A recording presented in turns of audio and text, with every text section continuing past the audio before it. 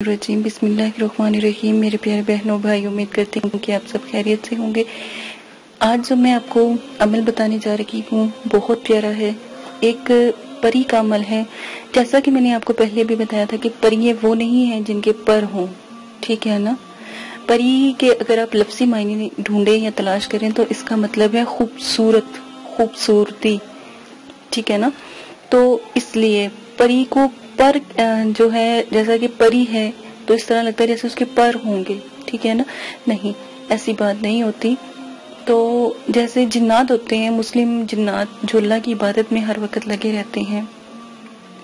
जाहिर है जब जैसा कि हम में भी बहुत से ऐसे मजहब हैं, ठीक है, अच्छाई के बुराई के, ठीक है, इसी तरह जिन्नात के भी होते हैं, कबीले होते हैं इनके, ठीक है, मजहब जो उनसे होते हैं वो भी होते हैं, सफली भी होते हैं, ठीक है, और मुसलमान कबीले भी होते हैं, ठीक है ना।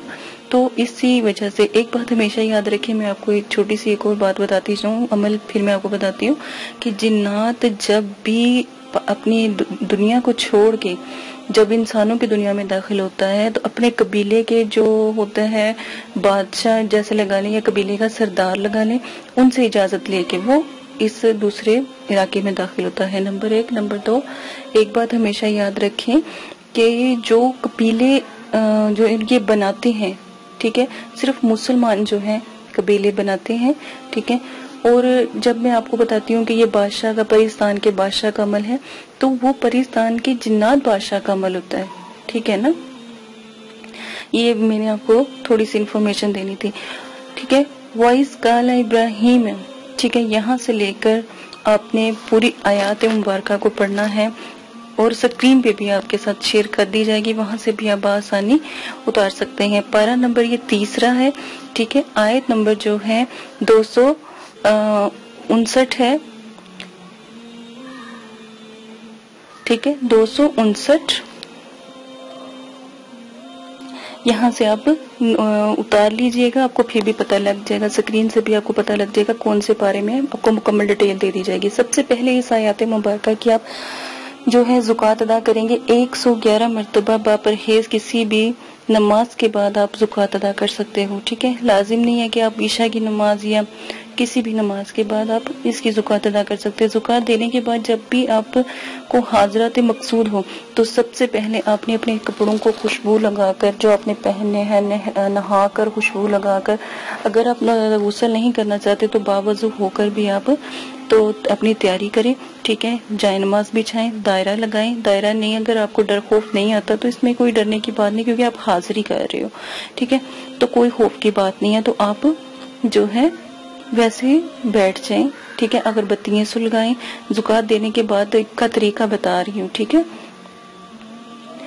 तो 111 मरतबा रोजाना आप पढ़ेंगे, रोजाना बापरहेज किसी नमाज के बाद आप ज़ुकात अदा कर सकते हैं 111 बार, ठीक है। पढ़नी आपने एक ही दिन है, ठीक है, ज़ुकात एक ही दिन की ज़ुकात है ये, ठीक है। तो अगर आपको ये मुश्किल लगता है तो 3 दिन में कर लें। अगर आपको 1100 मरतबा पढ़ना आसान लगता है तो फिर एक ही वक्त में पढ़ लें, ठीक है, वो ज्यादा मोतबर होता है, ठीक है। जब आपने हाजिरी करनी है उसका मैं तरीका आपको बता रही हूँ। पाक साफ कपड़े पहनकर फिर आप अगरबत्तियां सुलगा कर अपने दाएं हाथ के नाखून के ऊपर या हथेली के ऊपर गोल दायरा बनाकर हाजराती जो स्याही है जो इस वीडियो के साथ हमने पेश की है वो बनाकर आप जो है इस्तेमाल कर सकते हो। सफेद कपड़े पहन सकते हो और साफ कपड़े, अगर सफेद कपड़े भी नहीं है तो साफ कपड़े पहन सकते हो। नाखून के ऊपर, हथेली के ऊपर आप नजरें जमा कर गौर से देखते रहें और अव्वल आखिर 3-3 मरतबा दुरूद पढ़ें और 11 मरतबा जिस आयत की आपने ज़ुकात अदा की है वो आपने पढ़नी है, ठीक है। 3 पारे की वो आयत मुबारका है, ठीक है।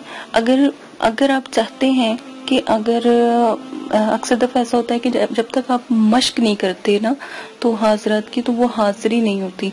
तो अगर आप इसी मश्क को, मतलब कि जो मगरिब से कुछ देर पहले आपने अपने ऊपर करनी है, यही किसी बच्चे पे आप ये मश्क करोगे या उनके ऊपर हाजिरी करवाओगे या तरीका आप उनके ऊपर इख्तियार करोगे, पाक साफ मतलब के कपड़ा वगैरह जो है آپ ان کو مطلب کہ پہنا کر نہلا کر وضو کروا کے پھر اچھی طریقے سے ان کو خوشبو سے معطر کر کے اگر بتیاں سلگا کے اگر بچے پر یا بچی پر 7 سے لے کے 14 سال کے بچے پر اگر آپ حاضری کرواتے ہو تو الحمدللہ اللہ کے حکم سے ضرور آپ کو جو حاضرات کا جواب ملے گا۔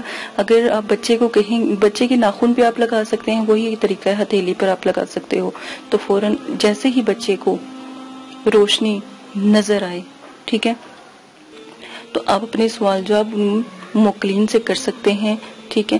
ایک بات یاد رکھیں، اگر آپ کو دیکھیں بچہ اگر غور نہ کرے یا دیری کرے تو سورہ یاسین یبصرون تک آپ پڑھ کر بچے کے اوپر دم کیا کریں۔